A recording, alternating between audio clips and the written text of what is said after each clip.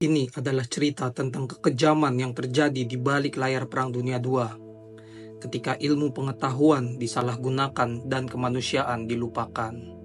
Sebuah unit rahasia Jepang yang dikenal dengan nama Unit 731. Sebelum kita masuk ke detail mengerikan tentang eksperimen-eksperimen yang dilakukan di Unit 731, mari kita pahami dulu konteksnya. Mengapa Jepang membentuk unit ini? Dan bagaimana mereka bisa melakukan tindakan-tindakan yang begitu kejam? Kita perlu melihat ke belakang, ke awal tahun 1930-an, saat Jepang menginvasi Manchuria dan mulai mencari cara untuk mendapatkan keuntungan strategis dalam perang melalui senjata biologis. Disinilah cerita gelap Unit 731 dimulai. Mari kita telusuri lebih dalam sejarah kelam ini. Unit 731 adalah bagian dari pasukan kuantum Jepang dan didirikan pada tahun 1935 di Harbin, Manchuria, oleh seorang dokter militer Jepang bernama Shiro Ishii. Saat itu, dunia tengah berada dalam kekacauan karena ketegangan geopolitik dan ambisi teritorial Jepang.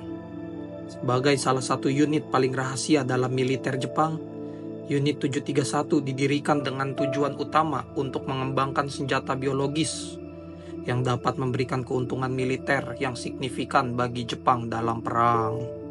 Unit 731 bertujuan untuk mengembangkan senjata biologis dan kimia yang dapat digunakan untuk menyerang musuh-musuh Jepang.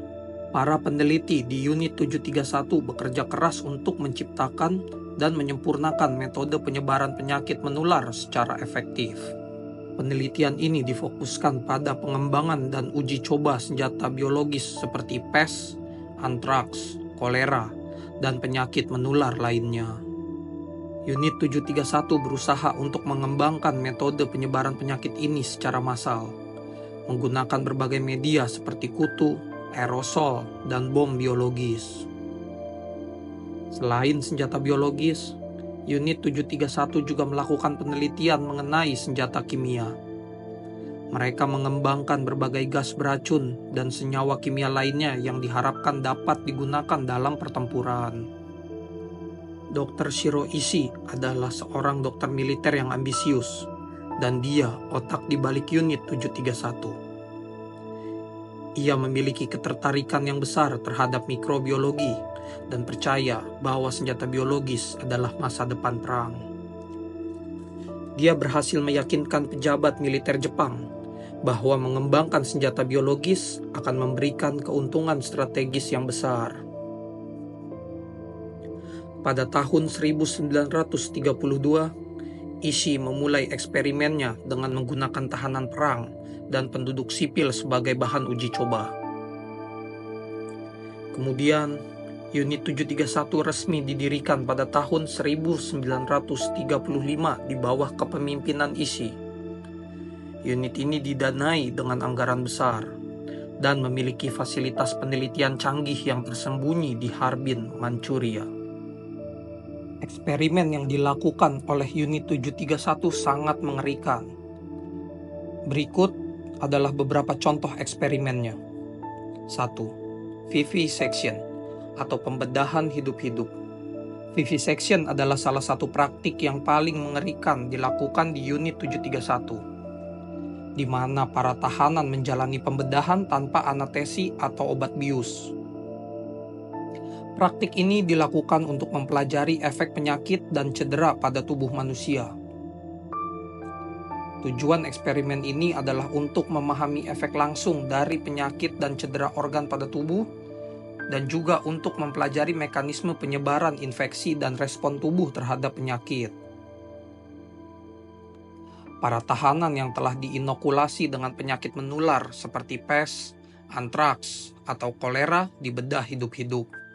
Organ-organ seperti hati, paru-paru, dan usus dipotong untuk melihat efek penyakit tersebut. Anggota tubuh terkadang dipotong dan dipindahkan ke bagian lain untuk melihat apakah anggota tubuh tersebut dapat bertahan hidup atau menyebarkan infeksi. Dampaknya, para tahanan mengalami penderitaan yang luar biasa dan meninggal dalam proses tersebut. Eksperimen ini memberikan informasi bagi Jepang tentang efek penyakit menular pada tubuh manusia, meskipun hasilnya diperoleh dengan cara yang tidak manusiawi. 2. Eksperimen penyakit menular. Unit 731 melakukan eksperimen ekstensif dengan penyakit menular, seringkali menggunakan manusia sebagai kelinci percobaannya. Tujuan eksperimen ini adalah untuk mengembangkan senjata biologis yang dapat digunakan melawan musuh, dan juga untuk mempelajari penyebaran penyakit dan keefektifan penyebarannya sebagai senjata. Para tahanan disuntik atau dipaksa menghirup aerosol berisi kuman penyakit seperti pes, kolera, antraks, dan sifilis. Beberapa percobaan dilakukan dengan cara melepaskan bom berisi kutu yang terinfeksi wabah pes di wilayah penduduk sipil untuk mengamati penyebaran penyakit secara nyata. Kondisi tahanan diamati dari waktu ke waktu untuk mempelajari bagaimana penyakit berkembang dan menyebar dalam tubuh. Banyak tahanan yang meninggal akibat penyakit tersebut. Wabah yang disebabkan oleh eksperimen ini pun menyebabkan ribuan kematian di wilayah sekitarnya, terutama di Cina. 3. Eksperimen pembekuan. Eksperimen pembekuan dilakukan untuk mempelajari efek hipotermia pada tubuh manusia dan cara untuk mengobatinya. Tujuan eksperimen ini adalah untuk memahami batas ketahanan tubuh manusia terhadap suhu dingin yang ekstrim, dan juga untuk mengembangkan metode menyelamatkan tentara Jepang yang terpapar cuaca dingin dalam pertempuran. Tahanan dicelupkan ke dalam bak air es atau ditinggalkan di luar ruangan dalam cuaca dingin hingga anggota tubuhnya membeku. Para ilmuwan kemudian mencoba berbagai metode pencairan untuk melihat mana yang paling efektif, seperti menggunakan air panas, lampu pemanas, atau pemanasan tubuh dengan anggota tubuh lainnya. Eksperimen ini seringkali mengakibatkan kematian atau amputasi bagi para tahanan. 4. Eksperimen senjata kimia. Unit 731 mengembangkan dan menguji senjata kimia pada tahanan untuk mengamati efeknya pada manusia. Tujuannya untuk menguji keefektifan berbagai gas beracun dan senjata kimia lainnya, dan juga untuk memahami reaksi tubuh manusia terhadap senjata kimia dan mengembangkan antidot. Tahanan dikurung di ruang gas, di mana mereka terpapar gas beracun seperti fosgen, gas mustard, dan senyawa kimia lainnya. Para ilmuwan mencatat efek langsung dan jangka panjang dari paparan ini. Para tahanan menderita luka bakar kimia, kerusakan paru-paru, dan kematian. 5. Eksperimen kelaparan. Eksperimen ini dilakukan untuk mempelajari efek kelaparan dan kekurangan nutrisi pada tubuh manusia. Tujuannya untuk memahami bagaimana kekurangan makanan mempengaruhi kesehatan dan kemampuan fisik, dan juga untuk menemukan cara efektif memanipulasi nutrisi dalam kondisi perang. Tahanan diberi makanan yang sedikit atau bahkan tidak sama sekali dalam periode waktu yang lama. Peneliti mengamati penurunan berat badan, kekuatan fisik, dan efek psikologis dan kelaparan. Tahanan juga diuji dengan berbagai jenis makanan untuk melihat reaksi tubuh setelah periode kelaparan. Dampaknya, banyak tahanan meninggal akibat kelaparan atau komplikasi kesehatan terkait kekurangan gizi. Setelah Jepang menyerah pada tahun 1945, banyak rahasia militer mereka mulai terungkap, termasuk kegiatan yang dilakukan oleh Unit 731.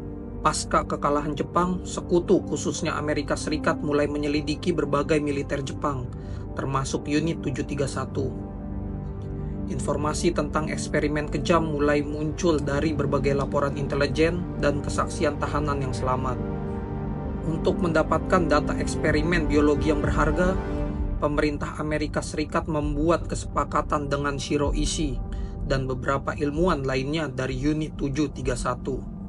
Mereka diberikan kekebalan dari penuntutan sebagai imbalan untuk menyerahkan data eksperimen mereka. Kesepakatan ini menjadi kontroversial karena mengorbankan keadilan bagi para korban unit tersebut. Banyak pengakuan dari mantan ilmuwan Unit 731 yang merasa menyesal. Pengakuan dari mantan anggota Unit 731 membawa dampak besar dalam mengungkapkan kebenaran tentang eksperimen kejam yang dilakukan. Unit 731 adalah salah satu contoh paling mengerikan dari penyalahgunaan ilmu pengetahuan dan pelanggaran hak asasi manusia dalam sejarah. Melalui eksperimen yang tidak manusiawi dan kejam, unit ini telah menyebabkan penderitaan yang luar biasa bagi ribuan orang. Sekian.